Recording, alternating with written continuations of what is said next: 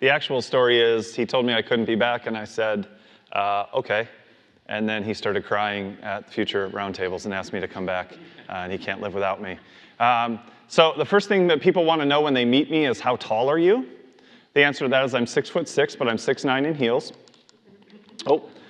And what I want to talk to you about today, why are we talking about freaks, right? Why at a conference for heroism, why are we talking about freaks? It's because heroes are freaks. She just talked about being comfortable, being conspicuous. Heroes stick out when everyone else fits in. Heroes see strength where everyone else sees weakness. And so I have a simple thesis. It's that what makes us weird also makes us wonderful, and what makes us weak also makes us strong. So I'm 6'6", I'm 6'9" in heels, and I've been married to my wife for 22 years. I'm 6'6", she's just 5'3".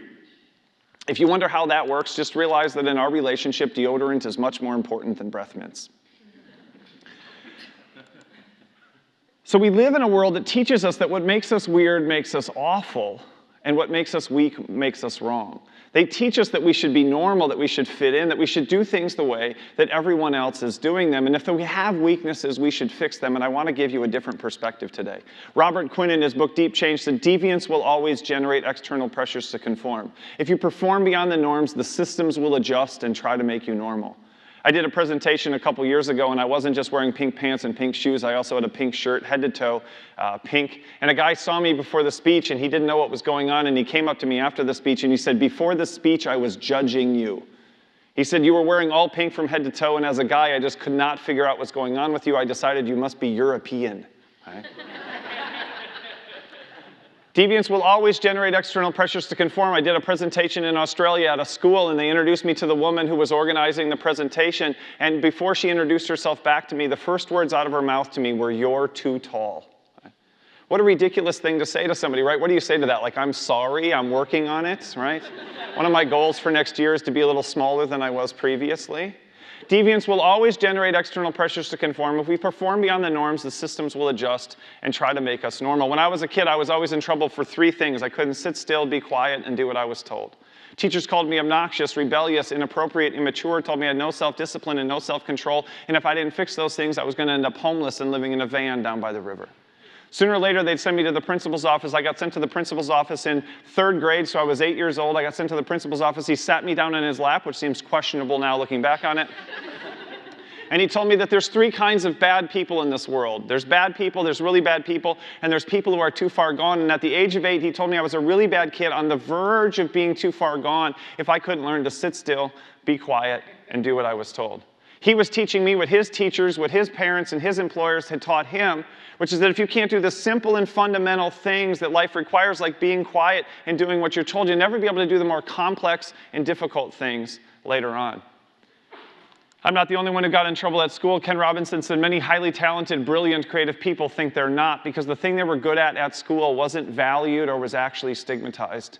Think about that. The thing they were good at, their brilliance, their creativity, wasn't valued. It was ignored or denied, or it was actually stigmatized. We told them that the best thing about them was actually the worst thing about them. And I realized that it happened to me. I get paid to do 3 things. I get paid to stand up, not to sit down. I get paid to talk, not to be quiet. I get paid to run my own business, not to do what other people tell me to do. This is my 4th speech in 5 days in 4 different countries. My entire living is being a professional speaker, and yet people spent my entire childhood telling me to sit still, be quiet, and do what I was told. They reframed my strengths as weaknesses and convinced me that I was broken and needed to fix something about me that not only wasn't broken, it was the best thing about me. And that's where I came up with this idea that what makes us weird also makes us wonderful. What makes us weak also makes us strong. That every characteristic that we have is a strength and a weakness at the same time. And a great way to understand this concept is to think about height. Right? I'm tall, and it's good to be tall. We pay tall people more than we pay smaller people for the same work. It's not right, or don't be mad at tall people. Small people pay tall people more for the same work. Right? We think tall people are smarter than they actually are. They do studies, and scientists ask people to guess how smart people are. And as people get taller, people guess that people who are taller have higher IQs. There's no correlation between height and IQ. I think there is, but science disagrees with me. And so We also tend to vote for the taller people in elections. For example, in American elections, since the beginning of the United States, there's only 3 times in the history of presidential elections that we voted for the smaller person. So it's good to be tall until it's not. I've been on a lot of airplanes for the last week coming from the United States to Amsterdam, Berlin, Barcelona, and now to London, and then tomorrow we're going to Paris. And every time I get on an airplane, it starts the same way. I get on the airplane like this. Because I can't fit through the door, the flight attendant always sees me and says, "Sir, you need to watch your head," which is hard to do if you've ever tried. And I get into the airplane like this. And some of you are like, "Whatever, Dave, we've ducked before," and you have, but you're used to re-emerging on the other side. I don't get to re-emerge on the other side. I just shuffle like a hobbit to my seat. But sooner or later, I have a decent seat. I get an exit row. I get a first-class upgrade. Something works out, and it's fine. I get legroom once I sit down. But sooner or later, I have to go to the bathroom. And if you don't fit in the middle of the plane, you certainly don't fit on the side of the plane where they put these bathrooms. And some people have accused me of exaggerating this story, which is why I took the liberty of an airplane bathroom selfie. So this is an actual picture of me in an actual airplane bathroom. This is my left shoulder on the ceiling of the airplane bathroom. Okay? So I get in the airplane bathroom, I close the door behind me, and now it's time to go to the bathroom, but I'm here and the toilet is over there, and I have things that need to go in the toilet. So I try to move closer, but the ceiling goes like this. Okay? So as I try to move closer, it just pushes my face closer and closer and closer to the toilet. That's not what I'm looking for, so I developed something I call the limbo yoga approach. I take my face and I press it into the ceiling, and then I try to form my upper body to the shape of the side of the airplane. I just press it in there, which allows me to move the lower body in and rotate. Now the problem is there's not a lot of visual information now about what's about to happen, and so one time as I was trying to look in the mirror for some targeting ideas, I realized something. There's a sink right there. That is a whole lot higher and a whole lot closer. That seems custom designed for what needs to happen here. And the moral of that story is really simple. If somebody asks me, "Dave, is it good or bad to be tall?" the answer is yes. I don't get to accept the advantages of my height without also accepting the disadvantages. George Eliot said every limit is a beginning as well as an ending, and I want to show you the beginnings that come with the limits that we have. They've done studies on kids with dyslexia, and when you have dyslexia, you struggle to read and struggle to write, and if you struggle to read and write, you're going to struggle in school, and we've all been taught that if you struggle in school, you'll struggle in life. Which is why they were really surprised when they were studying millionaires right here in the United Kingdom and discovered that 50% of the millionaires in their study had dyslexia, even though only 10% of people in the general population have dyslexia.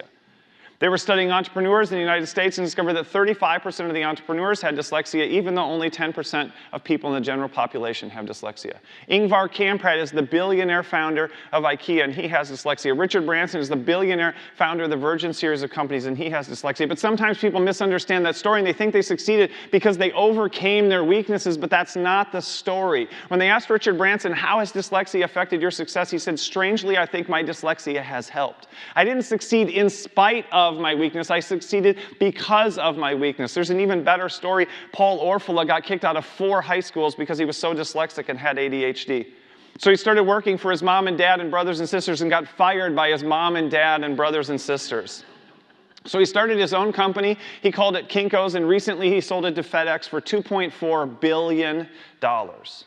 And he said this, he said, "I think everyone should have dyslexia." Right?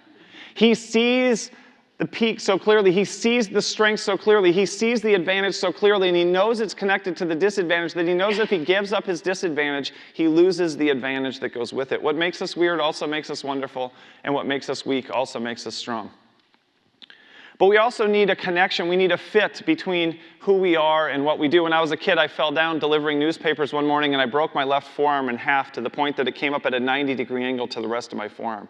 They took me to the hospital, and they couldn't do surgery because I was so young, and so they put me in a cast going all the way up to my shoulder, and they sent me home for 3 months. And after 3 months, they took the cast off, and I thought I was fine, and they thought I was fine. And 8 years later, I was in college, and my friend Carl was trying to show me how to play the guitar, and I couldn't do anything that he was showing me while he was showing me how to play the guitar. And that's when we both realized that they put me back together wrong at the hospital.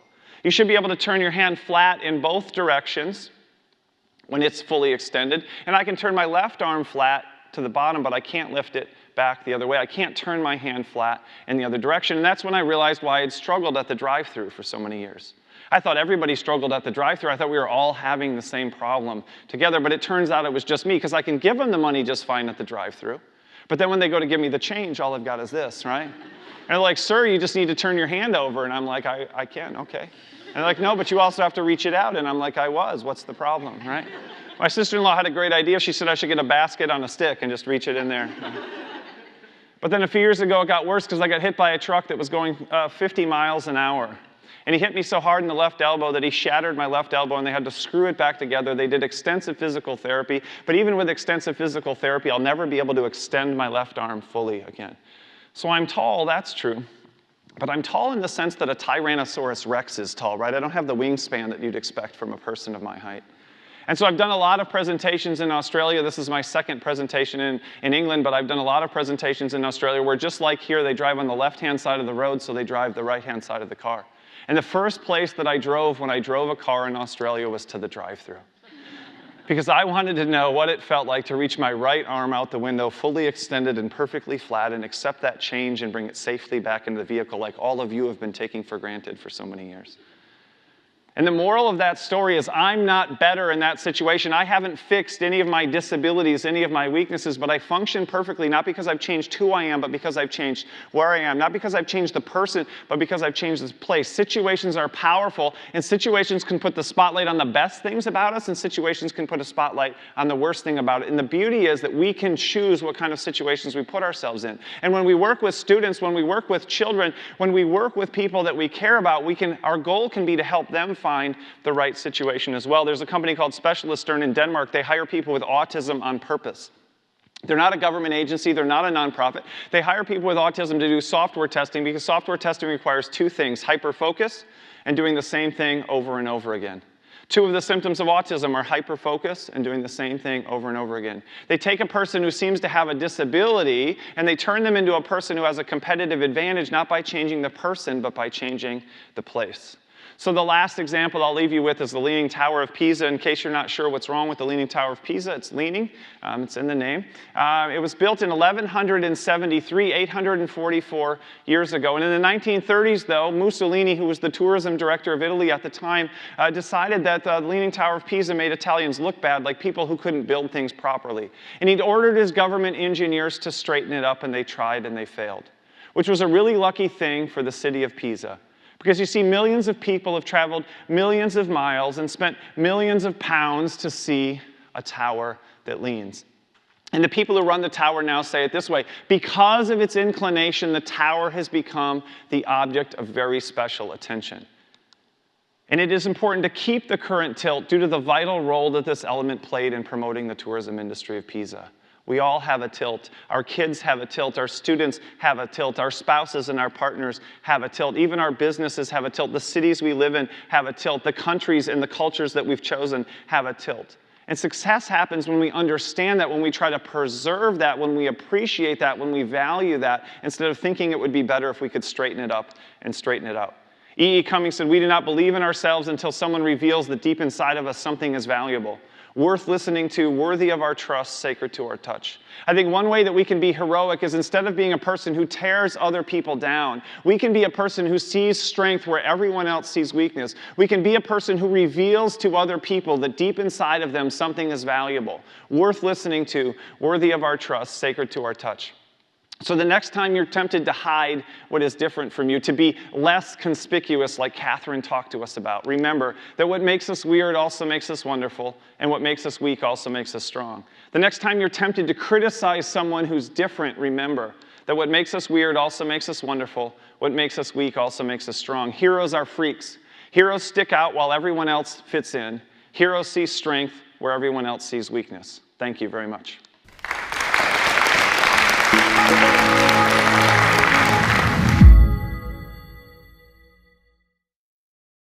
The Hero Roundtables are the global events that ask the question, what is a hero?